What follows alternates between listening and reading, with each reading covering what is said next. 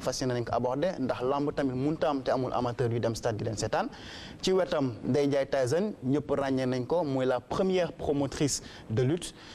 à côté am na bàcc nag ñu bëri xamuñu ko waaye acteur la boo xamante ne mi ngi ci biir lamb ji di liggéey ak Samba Mangane moom it tamit denn ak ki nga xam ne mooy Ndeye Ndiaye Tyson numéro 2 xam naa ni moom it dinañ ko découvrir ñuy nuy également Jamil Sy di acteur ci wàllu lamb ak ki nga xam ni mooy Abdoulaye Dembélé di journaliste nekk suñu lamb ñoom ñëpp ñu fas yéene bokk ak ñun débat bi. alors sujet bu njëkk bi wax nañ ko mooy violence bi daaw nemmeeku nañu coow lu bëri ay combat yoo xam ne bu tasee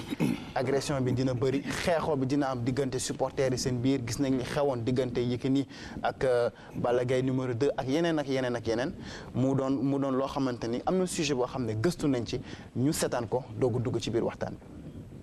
arène sénégalaise bi de liñ ci nemmeeku at yi ñu génn doon na fitna gu bari diggante ay supporters yoo xam ni dañuy faral di wane seen mer ci loo xam ni ñaaw na lool moonte de bëri dafa doon xeetu tàggat yaram boo xam ni dañ ci war a wane suñu cosaan wane ci booloo ak pas-pas wante lii ñu ciy gis de ñaaw na lool écurie yi nga xam ni dañ ciy nemmeeku ay xeexoo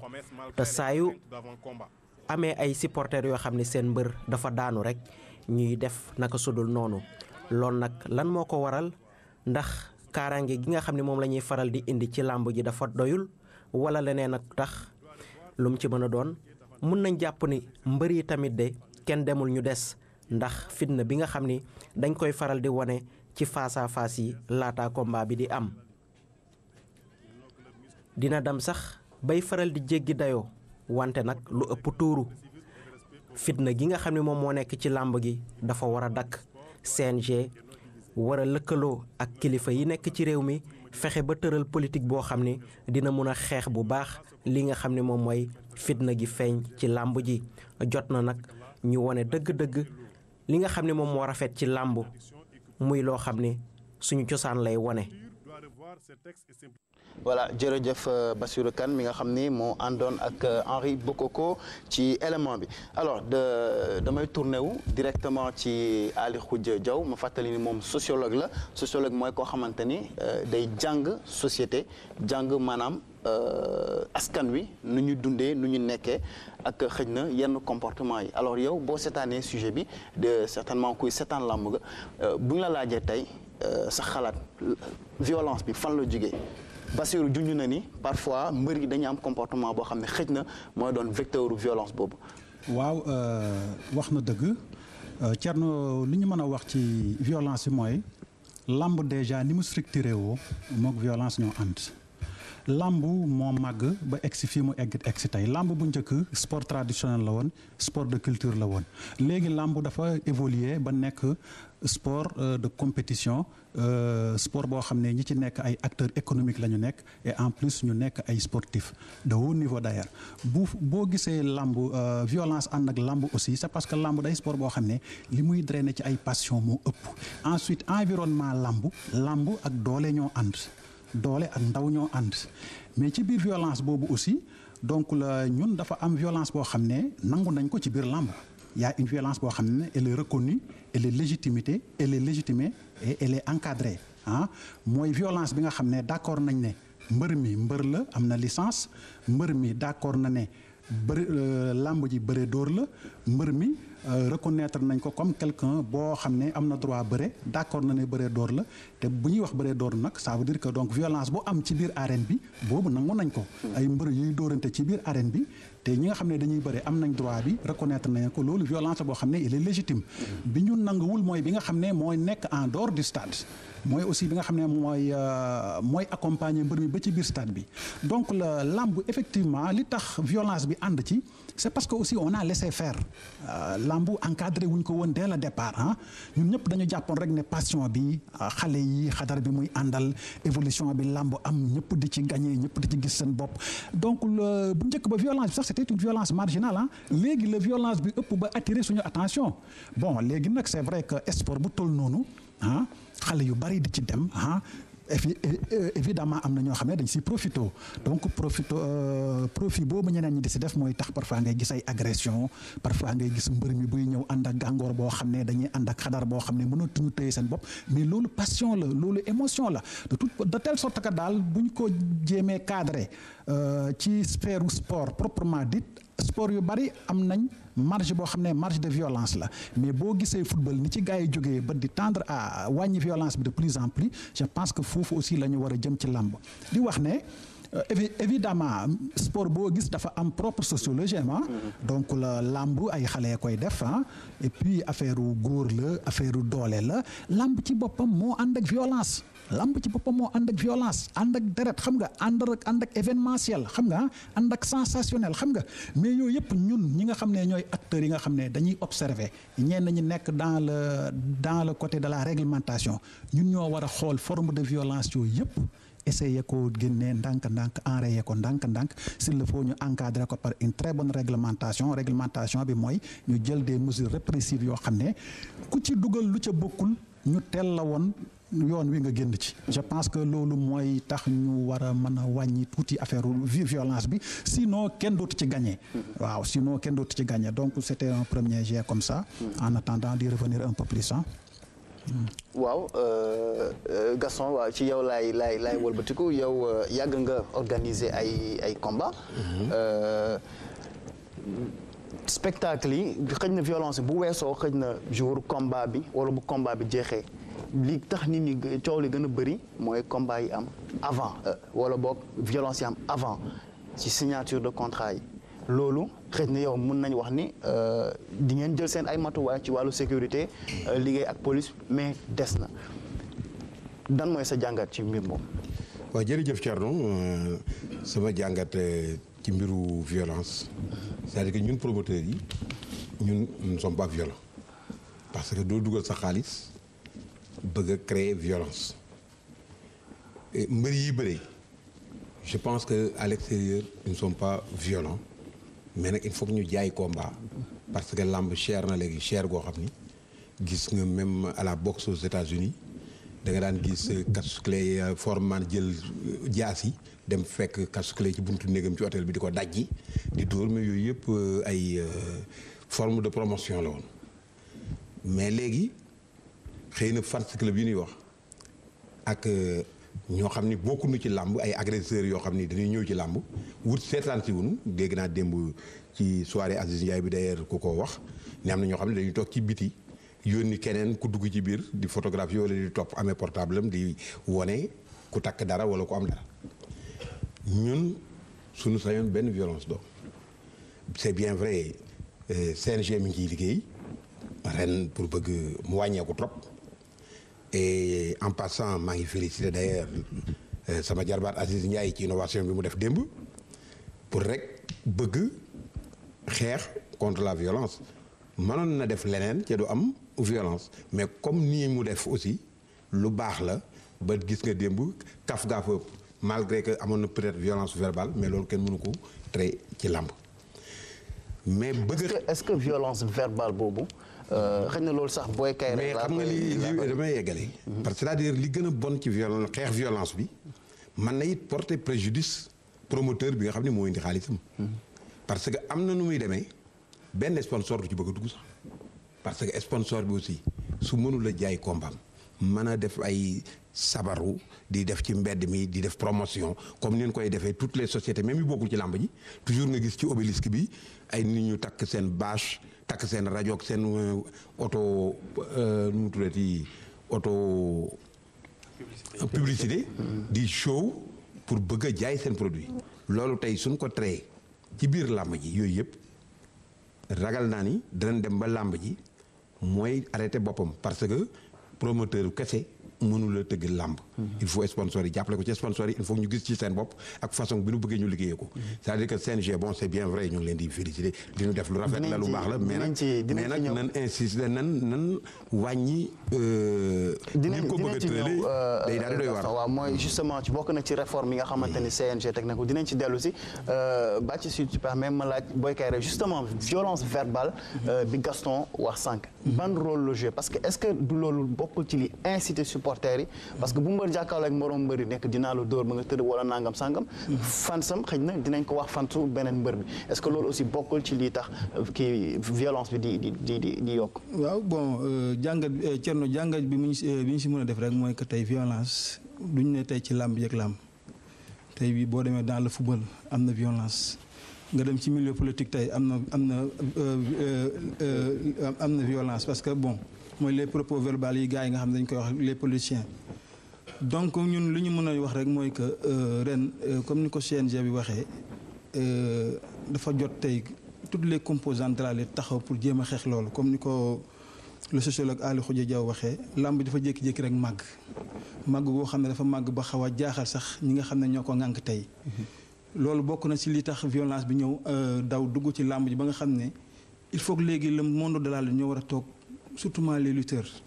toujours man dama koy wax ne tey bu fekkee ne làmb dem na ba violence tax làmb amatul kon les grands perdants mooy les lutteurs parce que tey jii promoteur da ciy gagné gaa mais li ci ëpp ñu ko gagné mbëri si lañ bokk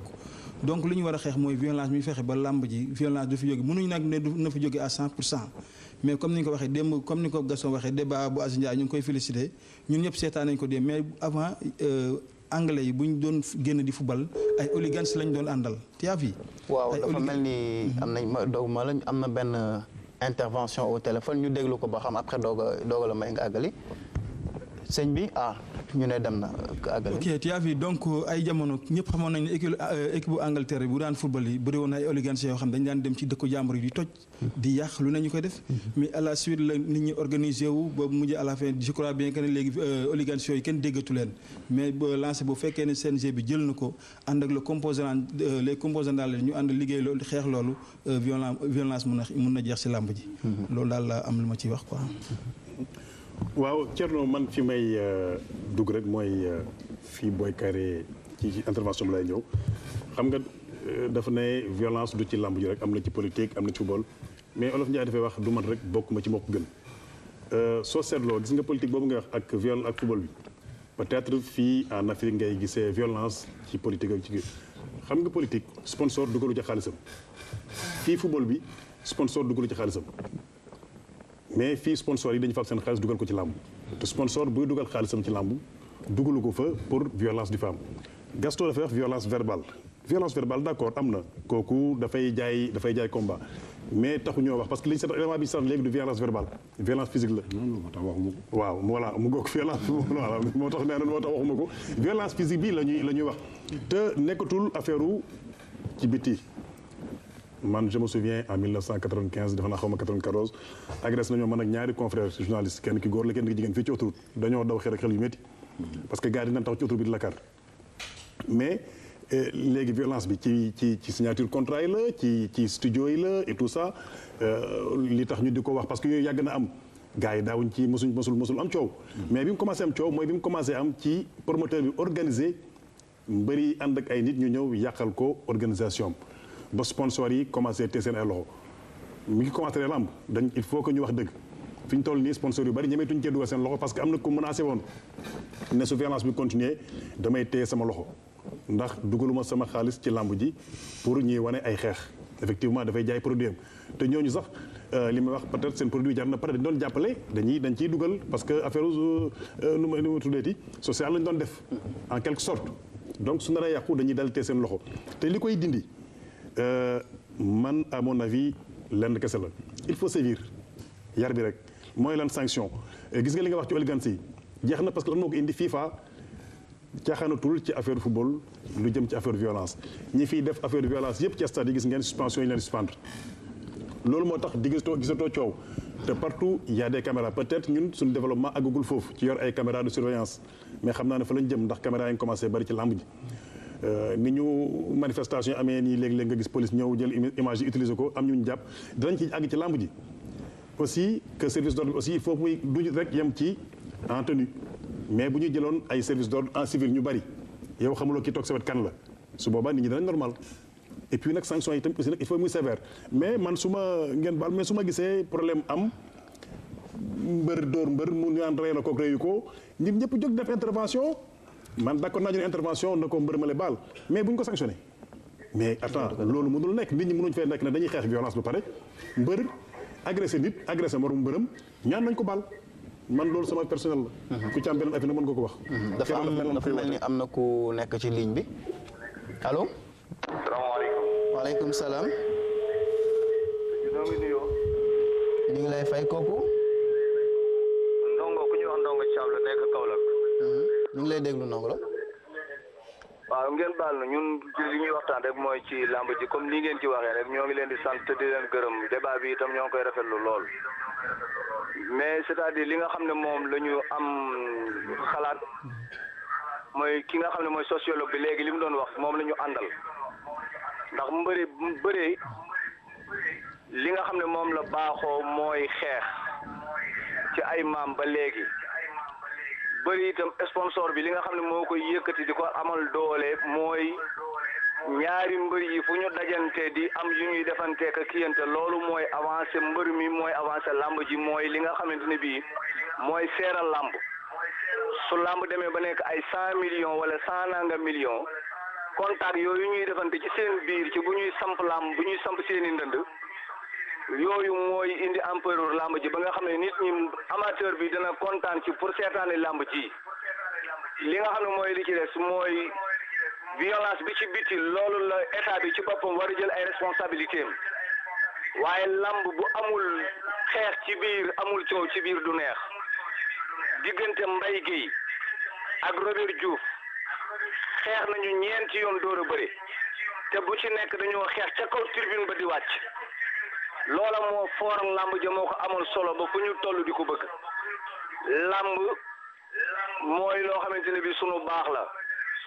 mbër yi ko daan def dañ daan jamante ay bijjën di defante lu nekk waaye du tee nag lii moom léegi fola ak ree ñoom ñi koy bëri di ko def du tee bu ñu dajee ci làmb ji ba bëri ba noppi fu ñu dajee kenn di gis ñu mel ne ay doomi ndey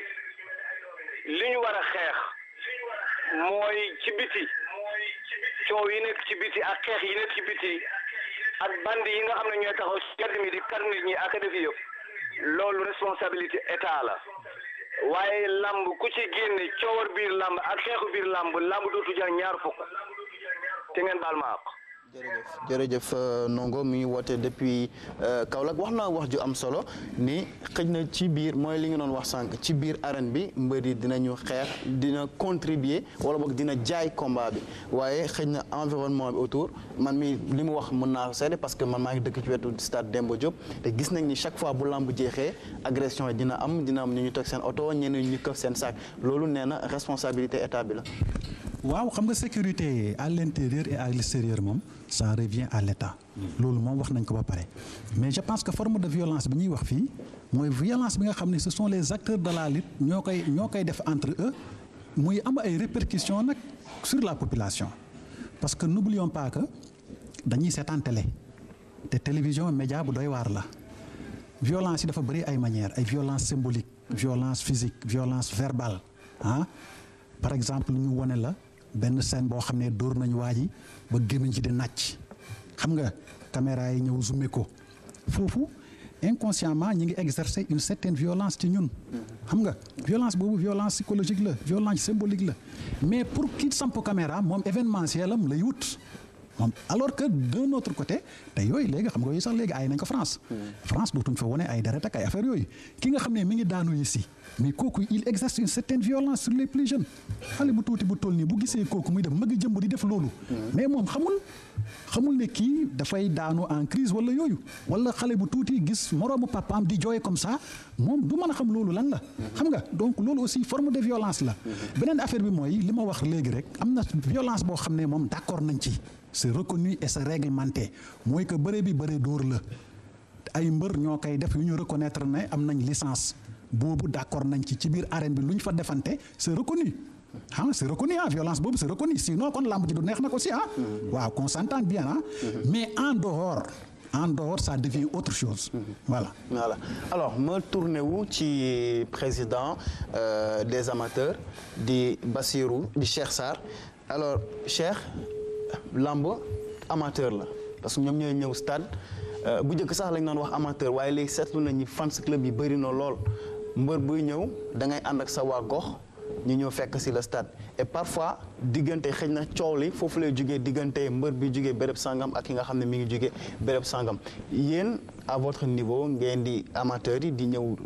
stade yan jéego ngeen di def pour justement xëy na pour mbër mu nekk war nga mën a am sa fans club waaye fexe ba ku nekk boo ñëwee nga supporter sa mbër bu bëree daan ngeen ànd ñibbi bu ñu ko daanee aussi ngeen ànd ñibbi xam ni bés boobu du bésu ndam. waaw maa ngi lay gërëm di gërëm Samba Mangane di gërëm ñi fi nekk ñëpp violence bi yéen a ngi wax violence bi mais violence bi yaakaar naa ne dañu ko bëgg a sëf mais du ñun rek sooy seet même nawetaan yi violence physique moo fa am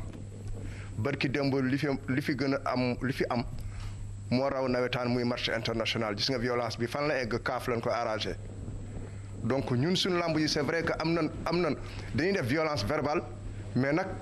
bu leen ñu xëpp violence bi ñun ñëpp la l'État moo war a jël ay responsabilités am ñun suñu violence léegi du violence boo xam ne si biir lamb ji la violence bu ñu am mooy si biti te loolu si biti nag État moo koy réglé je crois que ak lii di ubbi État bi dina si jël ay motuwaay dama la bëgg a wax daal pour l'instant violence bi du ñun rek nawetaan yaa ngi nii dañuy gis match yoo xam ne dañuy tojante ay bopp di ko génn si télévision bi di championnat de football professionnel bi fii da ngay gis ñu reyante di tojante bopp ban arrêté ko renvoyer championnat bi donc je crois que violence bi ñun ñëpp ñoo war a toog ñun sénégalais yi toog xam ne sport foolo ak ree il faut que muy am un gagnant et un perdant tant que xamuñu loolu du mun sotti violence bi du ñun rek lamb day am dëkkaate dañ daan dëkkante di teg ndënd di dëkkante loolu mooy safal lamb day am ay waykat amateur dana ñëw fay biyam mais waykat moo koy indi si lamb ñun amateurs yi du question indi artiste bu si bëgg a def même playback ñun yooyu soxla wuñ ko lamb ji dañ ko commencé il faut que ñu wax si ñun tamit sunu lu ñu métti parce que ñun ñooy fay billet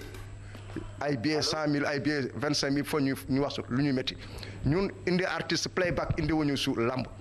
lamb day am bàkku lamb day am ay waykat lamb soo gisee tey ku si mel ni ndongolo si lamb la feeñee lamb day feeñal ay artiste Dut Seck si lamb lay feeñee ba nekk artiste bu mag donc ñun lu ñu bëgg mooy ñu ñuy tegal ay waykat di ñu yokkal temps bi ñuy bàkku di bàkku surtout. waaw Thierno waaw Cheikh bala ñuy continuer ak ñoom Aziz Ndeye Ndiaye ak Babacar ñoom intervenir guñu dafa am mag moo xam ne mënuñu dañuy liggéey ak yàgg liggéey ak moom mu tiim koo xam ne kii kàddoom dafa am solo ci réew mi yéen ñëpp xam ngeen fi ma jëm muy El Hadji Mansour Mbaye ndax bu ñuy wax violence di wootee jàmm def naa ne wax ak moom dafay am solo moo tax ñi ngi en direct ak moom El Hadji Mansour def naa ne kenn mënul wax làmb Sénégal te waxu la. te nag làmb kenn mëntu ko wax ci Sénégal ci jamono ji ca bokkuma ci dootuma seetaan waaye danaa nekk sama télévision yenn saa yi di seetaan kon nag.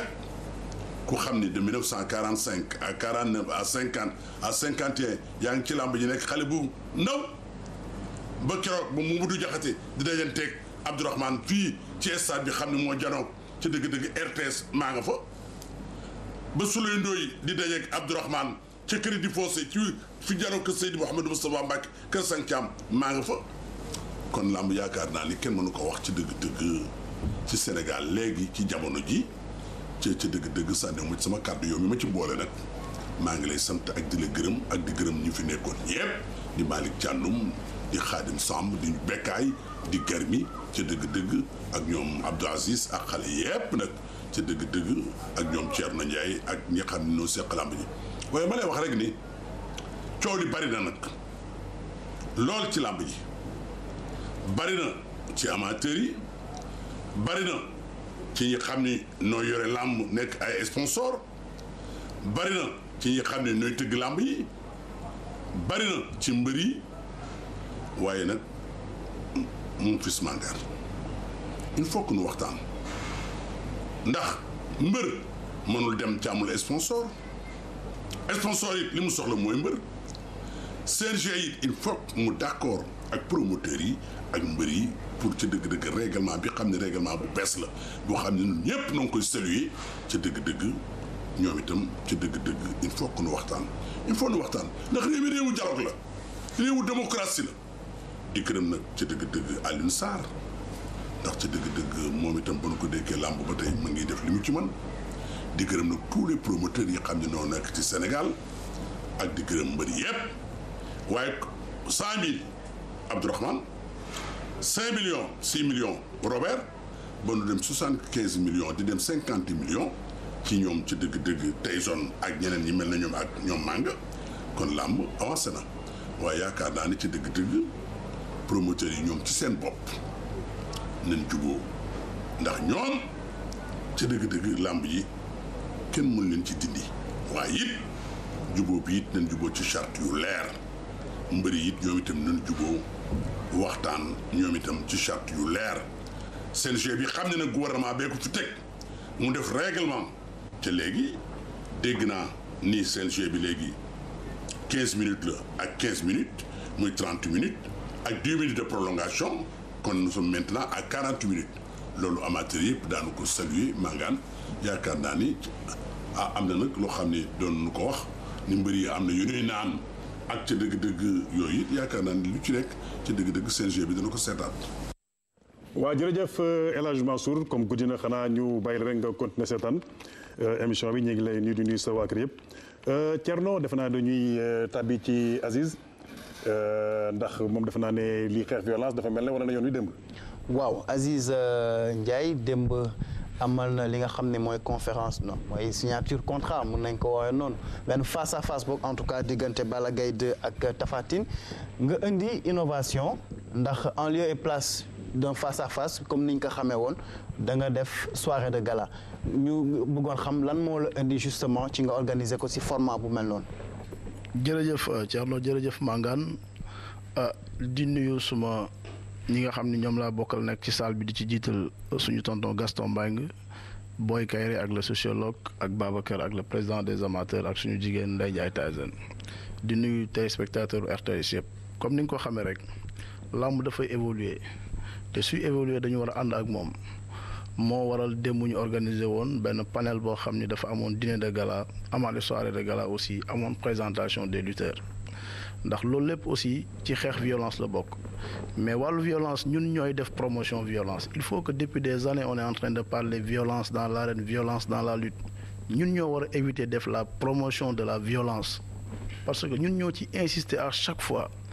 te la lutte n'est pas violente lamb violent wul ñu koy seetaan violent wuñu comme ni ko le président Cheikh Sarr waxee léegi barki Dembo Ndiaye lañ fi gis match Sénégal gis nañ violence bi fa am kon buñ ñu étiqueté rek ni lamb ji dañu violent ñun li ñu war ci wàllu sécurité ñu ngi koy jël ba mu mat sëkk ci biir lamb ji moom la ñu mën a encadré nañ ko ba ci biir lamb ji vraiment du am benn violence li ci biti nag loolu sécurité publique la loolu état moo ko mën a yor te yaakaar naa ni du ci làmb ji rek fépp la ñu war a fexe ba violence du fa am kon j'espère que violence bi moom ñun ñooy def promotion violence bi yéen journalistes aussi am ngeen ci part de responsabilité bu mag ndax da ngeen di fekk ñaari xale yu ndaw yu nekk ci làmb ji di xeex sax ngeen jël zoomé leen wane leen mu mel ne lu rëy la te fekk rëyul ngeen fekk mbër mu gaañu boo xam ni ay mbokkam njabootam ñëpp ñi ngi seetaan ngeen zoomé ko wane gaañu bi wane deret ji loolu day inciter violence te loolu yéen da ngeen ci am part de responsabilité bu mag a mag kon wàllu violence yaakaar naa ne jaruñu ci insister parce que la lutte n'est pas violente vraiment jaruñuy def promotion violence ku ne di coow violence lamb daal sañse ba rafet seetaan si ko ci jàmm loolu lañ xamee woon lamb te yaakaar naa ne ci loolu lañ nekk vraiment. alors dañuy xool xam naa ni rek sa njort nga wax wala li nga sa yéene nga wax mais quand même violence bi nga ko waxee c'est parce que c'est un fait avéré boo xam ne gis nañ sànq image bi am diggante Balla Gaye ak Yékini. sur 20 ou 50 combats ñaari combats rek ñoo ci am problème wala ñett. tey soo xoolee pourcentage bi c'est à 1% ou à 2% lu saison bi yëpp moo violente benn yoon wala ñaari combat benn face à face ñaar sur 1000 face à face ça veut dire que tey du li ëpp ci làmb ji ñoom violent c'est-à-dire benn yoon lay am wala ñaar ñu jël ko agrandir ko rëyal ko ba mu yaakaar ni làmb jëpp problème la te làmb ji amul problème. mais c'est que Thierno il faut Aziz yaa ngi wax benn wala ñaar mais zéro violence la ñu wax. slogan boobu laa gis léegi ñuy wax. yow dafa mel ni sax loolu ngeen di wax yéen ñëpp. zéro violence. ñu xool zéro violence lañ bëgg. am nga ko nekk ci ligne bi après. zéro violence moom la ñu bëgg. waaw mais it pour loolu mais it li Aziz wax il y a une part de vérité c'est-à-dire que publicité violence bi di ko waxtaane tout le temps mel ni dañu ñun ñëpp dañoo violence di ci insister aussi day yokk violence même suñ ko banaliser sax xëy na ci la war violence day di ko waxtaane di ci def ay critiques di ci def comme du démb ñetti conférence yi nga fa woon ku ci ne la nga wax lu am solo la ñëpp dégg nañ ko mais soo bëggee rek insister ci violence mel ni violence bi tey kenn seetatul benn règlement lu règlement violence loolu aussi day yokk violence. alors ñu xool ndax amul ku nekk ci ligne bi. Bon, on me dit que non avant justement ñu progresser parce qu'il faut qu'on évolue temps baa ngi ñuy dab am na ñaari personnalité mun nañ ko waxee noonu ñoo xam ni ay mag lañu ay kilifa lañu ci wàllu làmb ji muy Abi Dieye ak Iba Dieye ñoom it am na lu ñu xalaat ci wàllu violence boobu ñu wala am na ku nekk si ligne bi. allo waaw sëñ bi ñu ngi lay déglu. na ngeen def. asalaamaaleykum alhamdulilah. bon je m'appelle Abdoulaye Wade j'appelle depuis Libreville au Gabon. waaw ñu ngi lay déglu. bon man en parlant de violence sur le stade là pour moi mon point de vue je dis que y a un peu un manque de communication. ñu ngi lay dégg. ma ne y a un manque de communication. waaw. ça c'est un. De deux, concernant la sécurité là, l'autre qui est à côté là, il dit que l'État doit prendre ses responsabilités. C'est vrai que l'État doit prendre ses responsabilités, mais chacun de nous doit aussi prendre ses responsabilités. Parce que l'État ne peut pas tout faire. Parce qu'il faut que la jeunesse soit occupée matériellement, physiquement, moralement, mentalement pour qu'il puisse faire sa mission. voilà jërëjëf kon kooku moom tamit li mu wax am na solo mooy responsabilité bi état bi war a jouer waaye également wàllum communication bi justement ñu déglu intervention Iba Dieye ak Abi Dieye ci seen xalaat ci violence avant ñu conclure justement ak journaliste yi comme interpellé nañ te Abdoulaye Dembélé mi ngi fi ñu suivre ñaari éléments yooyu doog a dellu ci si plateau bi. day bëgg a yàqu dara yàqu làmb nag lu dul staff yi leen topp histoire yëpp foofu la. waaye ñaari mbër yi bu ñu dajee ci géew bi rek histoire du ci am bëre daanoo ci am wala match nul li fi dañ koy fay ndax boo fekkee lamb yu njëkk ya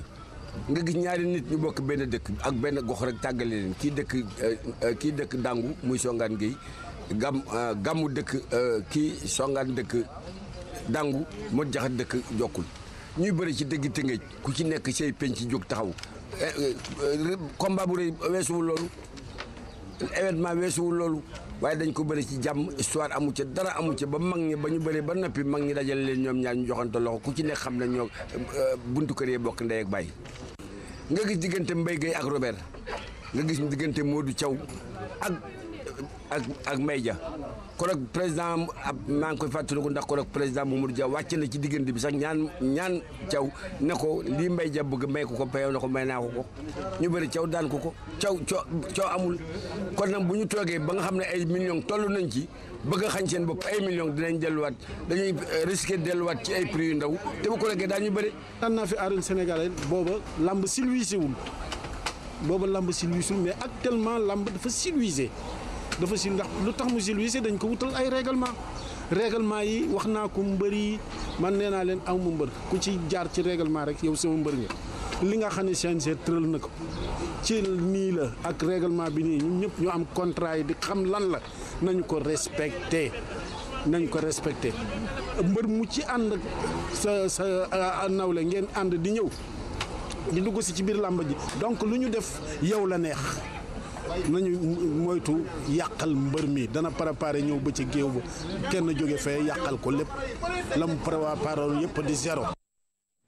voilà ba lépp di zéro alors balaa may dem ci Dembélé damay interpeller arbitre ndax bu ñuy dellu ci cause violence yi seetlu nañu ni décision arbitrale yi parfois mën na di frustration wala colère boo xam ne xëj na mooy pousse amateurs yi bu combat yi jeexee ñoom tamit ñu nekk si mbedd bi def naka su dul noonu est-ce que d'accord nga ci. voilà du ñàkk il faut dire aussi aucune œuvre humaine n'est parfaite te léeg-léeg violence am mu jugee ci décision arbitrale ça c'est vrai mais seetlu nañu lu ci ëpp ba tax gars yi di inquiété wu en fait cosaan li ci face à face yi la jógee c'est vrai day am ci face à face yi am ci biir stade bi am entre supporters am entre acteurs donc violence boobu yëpp sous deux formes comme ni ñu ko waxee mooy lu ëpp lu ñuy gis forme physique bi ak forme verbale bi donc la responsabilité est partagée mais tey dañu war a ñëw sur les mesures parce que il faut dire aussi que ni askan bi wax nañ ci ba nga xam ni mesures yaa ngi commencé ñëw au niveau du CNG maintenant leur présence ci face à face yi indi na dinañ ci ñëw da ngay kii bokk na ci deuxième point bi donc ci yooyu la ñuy wax également le cadre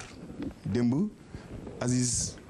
lu mu proposé comme cadre parce que les gens disent que ni mbër yi ay noble lañu démb cadre noble la leen indil donc ils ont réagi en noble quelque part c'est des éléments à capter yoo nga xam ni mën na jëmale làmb ji kanam beneen bi il faut une large sensibilisation tey au niveau des promoteurs am na ay affiches yu nga xam ni rien que nga gis ko lire ko rek c'est violence la am nañu affiche yu ñu fi musoon proposé dañ ko mujjee dindi tey au niveau des caméramans ñu ngi zoomé yenn saa yenn image yu nga xam ni comme ni ñu ko waxee dafa dul rafet ci bës ci bët te bokkul luy dem ci promotion lutte donc en un mot la violence est là pour des raisons professionnelles des raisons de business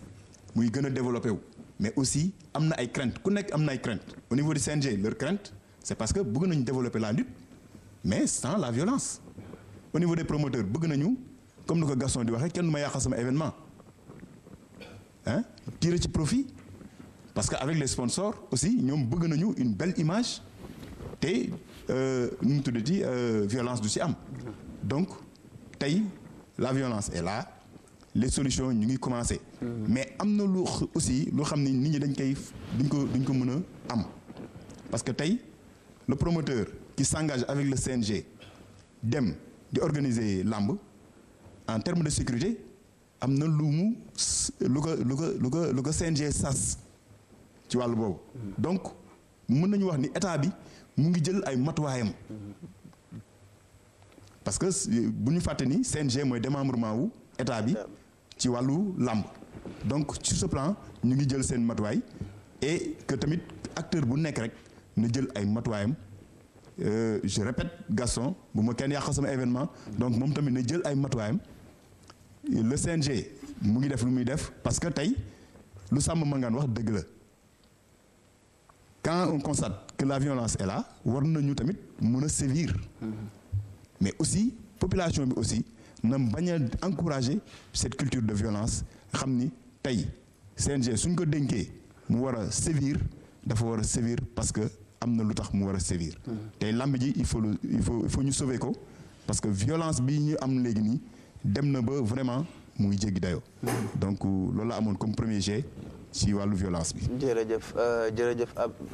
Babacar Diop di arbitre alors mu tourné wu ci Abdoulaye Dembélé Abdoulaye interpellé nañ leen xëy na yow journaliste presse écrite nga sunu lamb nga nekk mais wax nañ ci caméra yi zoomé wax nañ aussi amplification bi te bu ñu nee amplification xëy na média yi c'est le premier support de communication xëy na fële si la information yi di jàll moo tax ba te médias yi ñoo àgg fu nekk alors yow en tant que journaliste nan nga gisee jàngat boobu.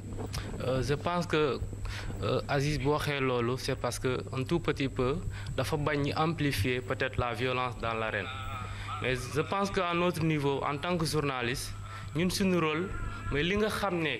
bëri na ay conséquences dans un milieu ñu génnee ko une manière de sensibiliser les populations les autorités jusqu'à ce que ñoom ñëpp jóg si parce que Samba Mangane wax na ko fi léegi l'objectif dans l'arène c'est violence zéro donc violence zéro ça veut dire que même si 1% de violence moo am ci lamb ji conséquences yi bëri na de telle sorte que ni mënatuñ ko accepter donc loolu il faut que ñu jóg ci presse suñu rôle mooy que ñu poser le débat nous sommes pas là pour trouver des solutions mais on pose le débat comme tey ni ngeen ko defee ni jusqu'à ce kenn ku nekk joxe xalaatam peut-être que ça va aboutir à une solution définitive. Aziz Ndiaye démb il a fait une innovation de taille topp ci CNG organiser benn dîner de débat boo xoolee CNG dafa wane ni fans club yi ils sont source de violence dans l'arène jël ay décision ñu ne léegi désormais les fans club dañ leen di écarter au niveau des conférences de presse et cetera démb le CNG a donné raison à ces supporters là parce que amuloon supporter amul violence donc ça veut dire que à ce niveau là CNG xam na lan moo tax ñu def ko mais comme ni ñu ko waxee une structure loolu mooy njëriñam xel du doy comme ni ñu ko waxee mais à chaque fois que quelque chose am ci làmb ji il faut que chaque fois ngay indi ay innovation di ci indi ay changement et li ma mën a wax ci loolu pour que ñu bouter la violence hors de l'arène mooy que sensibiliser au niveau de la base parce que gis naa ni niveau de responsabilité bëri na dans cette violence là du plus petit au plus grand c'est-à-dire que le plus petit nga xam ni amateur bu ndaw la jusqu'à l'État même les hommes politiques je vais vous donner un exemple tey jii nii les promoteurs sont responsables parce que ñoom bëgg nañu un grand public dans leurs événements ce qui fait que ni mbëri dañuy dem xool les sponsors les politiques ñu ne leen kaay leen soutenir ñu jusqu'à ce que ñu def grande mobilisation le politique moom lan la mën a def mooy indi moyen mu tegal leen ay car rapide c'est ce qui fait que bu tegee ay car rapide le plus souvent car rapide yi duñu xam nan lañ koy feesale ils disent aux gens képp ku bëgg a dem làmb nga ñëw seetaani ji donc à ce niveau là tu ne peux pas avoir un public civilisé parce que des bëri ay agressions le plus souvent ce public là est infiltré par des agresseurs par des gens ñi nga xam ne ils sont là pour mal faire c'est ce qui provoque est-ce que xam ngeen ni yàq moo gën a yomb ko defar tey jii nii je vous donne un exemple une signature de contrat bu am un certain agresseur par exemple un gars très mal intentionné il suffit que mu sànni benn xeer pour que coow li bëri gars yi xeex jaxasoo am loolu day nekk source de violence mais nit kooku noonu loolu la ci soxla maanaam mu def benn action jusqu'à ce que ñi jaxasoo ñu dugg ci ñi sàcc wala yàq lamb ji je pense que responsabilité bëri nañ c'est vrai ñun aussi en tant que journaliste mënuñu bañ a nekk des responsables dans tout ça parce que quand un problème est posé il faut savoir en débattre et trouver scientifiquement les solutions donc bu fekkente ni violence dem na bi am une certaine ampleur c'est parce que bokk nañ ci lu ñu ci bokkee damay gis parfois violence day am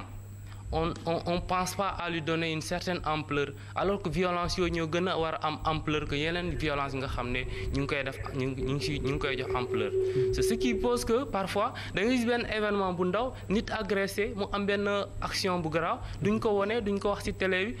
on pense à parler d'autres choses donc côté boobu aussi am nañu benn niveau de responsabilité nga xam ni boo xoolee c'est une chaîne de responsabilité donc kenn ku nekk na nga ci conscientiser jusqu'à ce que ñu bouter la violence hors de l'arène. Thierno bala ngay jël ki nekk ci ligne bi vous voulez faire une petite précision rek par rapport toujours ci Aziz wax parce que ñun defuñu promotion de la violence mais ñun dañu ànd ak yéen ci xeex violence bi parce que dara soo koy xeex aussi il faut nga di ko wax ñun dañuy dénoncer. dañ ko dénoncer parce que bu ñu ko dénoncer mooy pour bu ñu assainir parce que bu violence amee lamb ji am problème mbëri yeeg promoteurs yi kenn léppay taxaw. donc pour ñu xam ne ñun aussi dañuy informer pour dénoncer.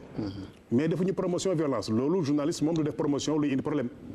waaw parce que fléau la boo xam ne dañ koy xeex dara nag soo koy xeex mi ngi mel na drogue bi mi ngi mel na ñiy violer mi ngi mel na ñiy détourner xaalis mi ngi mel na ñiy blanchiment d'argent yooyu yëpp buñ koy wax c'est parce que dañ koy dénoncer pour mu jóge fi mais du pour defuñu promotion bi. voilà ñu xool ki nekk ci ligne bi allo. allo salaamaaleykum. waaleykum salaam. na ngeen def Idrissa Diagne mooy woote. ñu ngi lay déglu da ngeen focaliser wu ci violence bi alors que moi je pense que ni bu ñu doon organiser stade yi maanaam ñuy bañ di maye bii parce que